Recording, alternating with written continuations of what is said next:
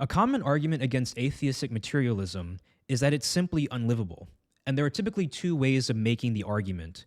First is to point out a direct consequence of atheistic materialism and see if we can stomach it. The second, building upon the first, shows a specific way in which we can't possibly live consistently with that worldview. So let's go to the first argument. Suppose for a moment that death is the end, that once our brains have deteriorated, there is no longer any experience of the world for us. That once our deceased loved ones are gone, they're gone forever. And that all of those who have died throughout history unjust deaths will never receive ultimate justice. That's a really tough pill to swallow. The second argument, in the vein of the first, just points out how we live as if there are objective moral values and duties. We live as if there really is something right and wrong, and we have outrage. And it's not just fake outrage, it's genuine outrage. We really do believe or treat human rights as if they are real properties and things in the world. But materialism seems to just say that these are perhaps illusions or even delusions. These are false beliefs that we have, but we insist upon them anyway. But that seems incredibly inconsistent with our fundamental moral experience, our experience of morality itself, and even how we think and view the world itself. And so the point of bringing up these two arguments is not to defend them, but at least for those who accept them, such as fellow Christian theists, to point out that then there's a problem, an analogous problem, with Protestant opposition to the Intercession of Saints and the Veneration of Images. There's a similar way in which it's hard to stomach and hard to actually practically live out if Protestant objections to Intercession of Saints and Veneration of Images is correct. Let me justify that.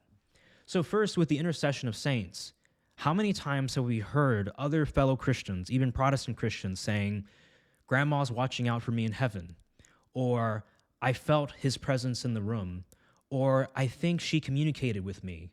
These religious experiences that actually strengthen people's faith in God, that strengthen their belief in the immateriality of the soul and its immortality, experiences that seem to not fit very well within a Protestant paradigm. Because if a Protestant says that we can't rely upon the intercession of saints because we can't communicate with the dead, then what do we do with all these other religious experiences? And in fact, sometimes the same Protestant who will oppose the Catholic intercession of saints will in their own lives say things like, "Grandma's watching out for me. I experienced her presence in this room. I think she said something to me." It seems as if there are some Protestants, at least, who can't consistently live with this worldview. Now, going to the veneration of images then, when people grieve their lost, deceased loved one, they often have an image of them. They might even communicate with that image. They might say, "Grandma, tell me how heaven is like today." I know, for example, that when I lost my adopted grandfather, I would read scripture to him. That was my way of remembering him and loving him. And I actually believed that in heaven he could hear me. And so this is a way then in which we use images and we, I guess, in a way, venerate them or treat them as persons, understanding that the honor given to the image goes to the one who is represented. I bring up these examples once again to highlight that there seems to be something unlivable within the Protestant opposition to the intercession of saints and the veneration of images. Now, what can a Protestant do? A Protestant can say possibly, "No, actually, I accept that you can communicate with your loved ones in heaven, and that there is a degree to which image veneration is appropriate, but just not as far as the Catholic position, not as far as the Orthodox position, and not especially during liturgies where we're worshiping Christ."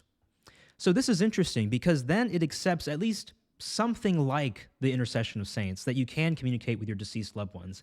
And I at least think that's moving the ball forward then in the discussion. But then we can ask the question, but why do you draw the line where you do? Why do you draw the line on liturgies where we might be worshiping Jesus? I mean, for example, during a funeral, you might read passages from Scripture about how Christ is the resurrection, how Christ is bringing forth new life. And perhaps you could then also maybe communicate with your deceased loved one at that funeral, even though at the same time you're worshiping Christ and remembering the resurrection. And so it seems as if we can start pushing the envelope at least. I'm not claiming that any of these arguments today are just direct QED proofs. Rather, what I am saying is that it shows that there's an unlivability to some Protestant opposition to the intercession of saints and the veneration of images. Similarly, how many times have we seen people who would do things with images, like hold them, cherish them, talk to them, that are obviously not inappropriate and that we allow them to do so, even if, let's say, for example, you're a Protestant and you might not agree with the veneration of saints, you might not agree with the intercession of saints or the veneration of images, but for some reason you give these practices a pass. Why is that? And so my point in bringing up these examples is to actually just highlight and maybe illustrate where these practices came from within Catholicism and Orthodoxy. Because, of course, we would also argue that there is roots in this in terms of scripture and tradition, but also that this reflects a fundamental human need. And perhaps the fact that this is unlivable actually for some Protestants and that they don't act consistently with it might be evidence that the Protestant opposition might be unfounded or it's too strict and needs to be loosened. My basic point here is that if you're going to use the argument that there are unlivable components to atheistic materialism, you should similarly consider whether or not there are unlivable components to the Protestant opposition to the intercession of saints and the veneration of images.